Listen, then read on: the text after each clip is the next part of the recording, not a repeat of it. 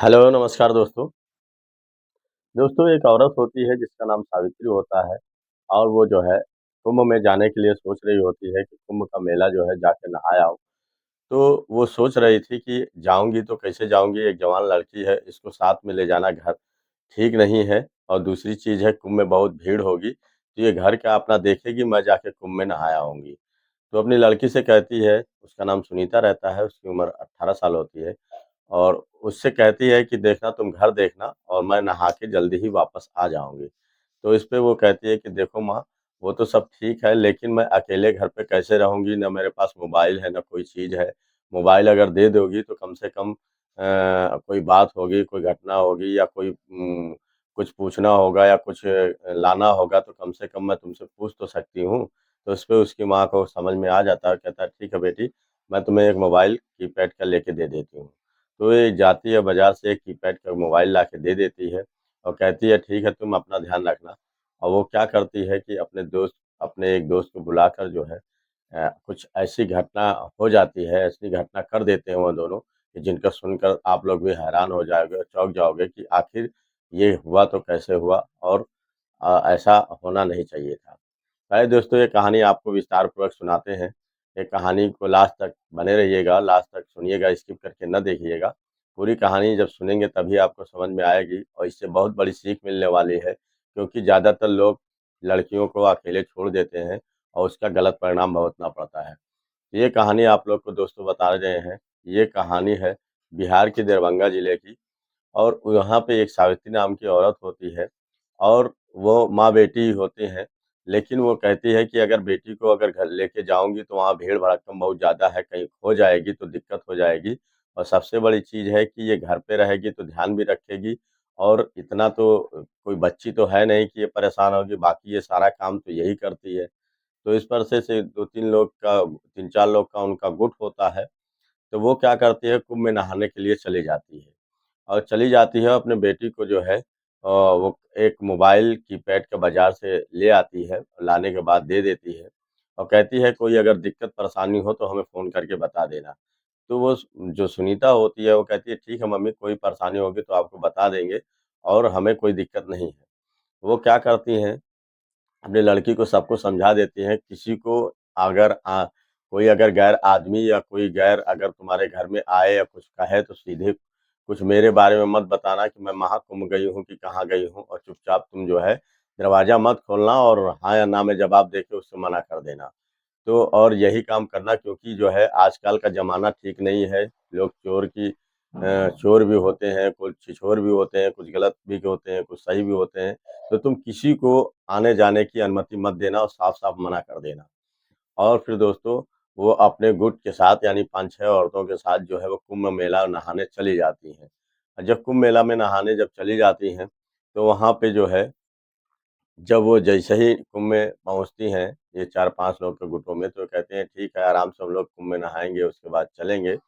और इनकी बेटी जो है जैसे ही वो जान जाती है कि वो कुंभ में मेरी माँ नहाने के लिए चली गई है, उसे गए 2-3 घंटा हो गए हैं, वो तुरंत अपने एक बॉयफ्रेंड को फ़ोन करती है, उसका नाम जितेंद्र होता है और उससे कहती है कि ऐसा है कि आज मेरी मम्मी जो है कुंभ में नहाने के लिए गई हैं और तुम जो है ऐसा करो कि तुरंत आ जाओ और आने के बाद हम लोग जो है मस्ती करेंगे और बातें भी करेंगे ढेर सारी। क्योंकि जो हम लोग छुप-छुप के मिलते हैं इस तरीके से जो है कम से कम एक-दूसरे से बात तो समझ पाएँगे और बोल तो पाएँगे। तो इसपे जितेंद्र बड़ा खुश होता है, कहता है कि ठीक है और क्योंकि जितेंद्र भी कई बार उसके घर आ चुका था, उसकी मम्मी भी उसका जो है शादी करने के लिए भी ये कह रहा था, उसकी मम्मी भी तैयार रहती हैं शादी करने के लिए। तो इस वजह से वो लड़की जो है हिचकती भी नहीं है और उसको फ़ोन कर देती है जितेंद्र को और जितेंद्र जब आने के लिए सोच रहा होता है तो उसका घर काफ़ी दूर होता है। वो जल्दी से आ नहीं पाता तो वो कहता है अपने दोस्त को तैयार करता है, क्योंकि उसके पास बाइक होता है, उसका नाम धनंजय होता है और वो दोस्त जो है आने के लिए कहता है कि देख यार अगर मैं तुम्हारे साथ चलूँगा तो अपनी बीवी की दिलाओगे ना? तो इस बात पे वो सोच रहा होता है कि ये शायद मज़ाक कर रहा है और ऐसे ही हँसी-वसी कर रहा है, इस तरीके से ये हरकत थोड़ी करेगा। तो कहता है कि अरे यार क्या बात कर रहा है, चल तू भी क्या याद करेगा। उसके बाद फिर वो गाड़ी लेके आ जाता है, आने के बाद जो है दोनों नहाते-धोते हैं और तैयार होकर जो है दोनों वही शाम के 3-4 बजे के आसपास जो है सुनीता के घर पहुंच जाते हैं। और पहुंचने के बाद जो है उसको जब सुनीता देखती है तो बहुत खुश हो जाती है, कहती है कि अरे मैंने तुमको फ़ोन किया और तुम आ भी गए, हमको उम्मीद नहीं थी कि तुम आ जाओगे। लेकिन वो जैसे ही उसको देखती है, उसके बाद देखती है तो उसके पीछे एक धनंजय नाम का लड़का खूब लंबा चौड़ा हट्टा-कट्टा देखती है तो देख के घबरा जाती है और कहती है कि देखो मैंने तो तुमको जो है आने के लिए कहा था और तुम इसको अपने दोस्त को भी साथ में ले आए हो, तो इसको लाने की तुमको क्या ज़रूरत थी? तो वो कहता है कि यार क्या बताऊँ मैं, तुम समझती हो ना कि मेरे पास बाइक वाइक तो थी नहीं और साइकिल से इतनी दूरी मैं कहाँ आ सकता हूँ। इसी वजह से मैंने इसका साथ लिया। वैसे भी ये मेरे ही जैसा है, तुमको कोई दिक्कत नहीं, परेशानी नहीं होगी। ये चुपचाप बाहर बैठा रहेगा, हम और किसी को बताएगा भी नहीं, तुम परेशान मत हो। लेकिन जो है वो क्या करता है, कहता है कि इसको भी खाना-वाना दे देना और सबसे बड़ी चीज़ें हम लोग जो है इतनी रात में जो है वापस कहाँ जाएँगे, वही तो ठंडी का मौसम है। तो कहते हैं कि ऐसा करो कि इसको या तो घर भेजो, वे वापस जाए या फिर तुम भी यहाँ से जाओ। दोनों लोग जाओ, नहीं तो कोई आ जाएगा तो बड़ी बदनामी होगी और हमारी जो है समझ लो कि मम्मी मुझे बहुत डाँटेंगी, मारेंगी। तो इस बात पे वो कहता है कि देखो तुम परेशान मत हो, ये कुछ नहीं बोलेगा और हम लोग जो है किसी को कुछ नहीं बताएँगे, तुम परेशान बिल्कुल मत हो।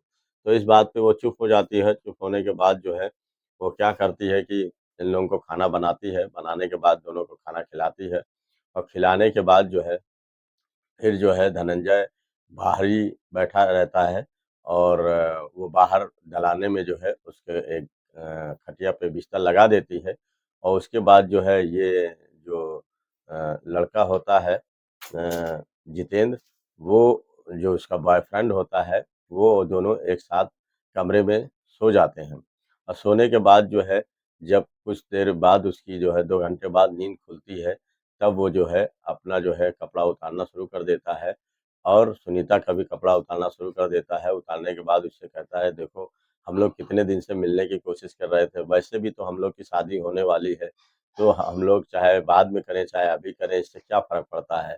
अब हम लोग कुछ मौज-मस्ती करेंगे तो मज़ा आएगा। तो इस बात पे वो कहती है कि चलो ठीक है। वो मौज-मस्ती कर ही रहे थे, दोनों प्यार कर रहे थे और काफ़ी देर सेक्स करने के बाद जो है तब तक जो है धनंजय को सुनगनाहट मिलती है, पीछे से कुछ आवाज़ आती है, तो वो भी क्या करता है कि नग्न अवस्था में आकर जो है सुनीता के पास पीछे से लेट जाता है और लेटने के बाद उसके साथ ज़बरदस्ती करने लगता है। इस बात पे जो है वो कुछ बोल जितेंद्र जो है कुछ बोलता नहीं है और वो कहता है कि ये अरे क्या हुआ, इसको भी थोड़ा-सा दे दो, इसमें कोई तुम्हारा घर थोड़ी जाएगा। इस पर से जो है वो दोनों जो है वैसे ही दरिंदे तरीके से काम करने लगते हैं और उसके दोनों हाथ और पैर बाँध देते हैं, मुँह पे टेप लगा देते हैं, जिससे आवाज़ उसकी बाहर ना जाए। अब वो बहुत ही परेशान हो जाती है, हाथ-पैर झिट्टा मारती है, लेकिन दोनों जो है काफ़ी देर तक सेक करते हैं और इतनी देर सेक्स करते हैं कि वो बेहोश हो जाती है और बेहोश हो जाती है तो उसकी होश ही नहीं रहता है। तो दोनों हाथ लगाते हैं तो उसकी जो है लगता है कि साँसें ही थम गई हैं, फिर वो तुरंत क्या करते हैं जल्दी-जल्दी कपड़ा पहनते हैं और रात भर के जगे रहते हैं और तुरंत जो है 4 बजे जो है उठते हैं और उठने के बाद सीधे जो है अपने घर जाके आके सो जाते हैं और सोने के बाद जो है ये बाकी जो है इसके हाथ-पैर बँधे ही रहते हैं।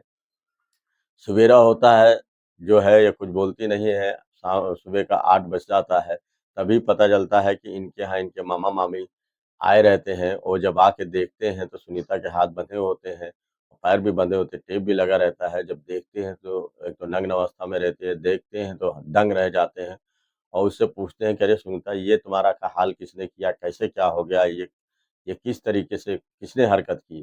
तब वो पूरी बात बता देती है, कहती है कि मेरी शादी जो है जितेंद्र से होने वाली थी और वो जो है हमसे प्यार करता था, लेकिन वो जो है एक दोस्त को लेके आ गया और वो दोस्त और ये दोनों मेरे साथ जो है बदतमीज़ी किए और मेरे साथ जो है बहुत ही गंदी हरकत की है और मेरे साथ बलात्कार किया। मैं मना करती रही, चिल्लाती रही, लेकिन ये लोग माने नहीं और हमसे जो है काफ़ी देर सेक्स किया है और मेरा ये हाल कर दिया है। तो वो लोग सोच रहे थे कि जब वो मामा-मामी जब जान जाते हैं कि इसके साथ सेक्स 2 लोग मिलके जो है जबरन किया है, तो वो लोग समझ जाते हैं कि इनके साथ थाने में एफआईआर कराना चाहिए और वो कपड़े पहना के जो है लेके आते हैं, कहते हैं चलो थाने में एफआईआर कराते हैं उन दोनों के खिलाफ। तो ये लोग थाने में एफआईआर कराने जा रहे होते हैं और उधर वो चैन की नींद सो रहे होते हैं कि अरे अब तो हम लोग को कोई नहीं जान पाएगा, सबसे बड़ी चीज़ है हम लोग गए हैं, उसके साथ क्या किए हैं, क्या करे हैं। वो अब तो मर भी गई है, किसी को बता भी नहीं पाएगा, कोई जान भी नहीं पाएगा कि हम लोग कैसे उसके साथ सेक्स किए हैं। तो वो लोग आराम की नींद, चैन की नींद सो रहे होते हैं और तभी कुछ देर बाद ये लोग 10 बजे तक पहुँचते हैं, 10-11 बजे थाने पे, और थाने पे जाके रिपोर्ट लिखाते हैं कि 2 लोग जो है जितेन के खिलाफ रिपोर्ट लिखाती है कि वो जो है मेरे घर आया, 2 आए, वो अपने दोस्त को भी साथ में लाया, धनंजय को, और दोनों लोग मेरे साथ जो है ज़बरदस्ती जो है बलात्कार किया है और मुझे मारने की कोशिश की है। इस बात पे पुलिस जब इनकी रिपोर्ट लिख लेती है तो पूरी तरीके से सख्ते में आती है और जो है वो ऐसा कदम पुलिस वाले उठाते हैं कि तुरंत जो है जाके उनके घर पे दबिश देते हैं। तो वो दोनों सो रहे होते हैं, उनसे पूछताछ कर रहे होते हैं कि तुम ये बताओ कल रात कहाँ थे? तो इस बात पे वो कहते हैं कि देखो मैं तो हम लोग तो यहीं सो रहे थे, कहीं गए भी नहीं। कहे तुम लोग कहीं गए नहीं? बेवकूफ़ बनाते हो? तो पुलिस वाले ने 2-3 थप्पड़ दोनों को जब कस के जड़ दिए, कहे कि ये बताओ वो सुनीता नाम की लड़की को जानते हो? तो इस बात पे वो जो है उन लोगों की आँखें फटी की फटी रह जाती हैं, उनके पैरों तले ज़मीन खिसक जाती है कि लगता है कि हमारी रिपोर्ट हो गई है। फिर वो जो है जान जाते हैं कि अब कोई छुपाने से कोई फ़ायदा नहीं है, क्योंकि जो है पुलिस पूरी तरीके से जानकारी ले चुकी है, तभी हम लोग के पास आई है। तो कहता है, जितेन कहता है कि देखो वो हमारी होने वाली मंगेतर थी और मेरी शादी होने वाली थी।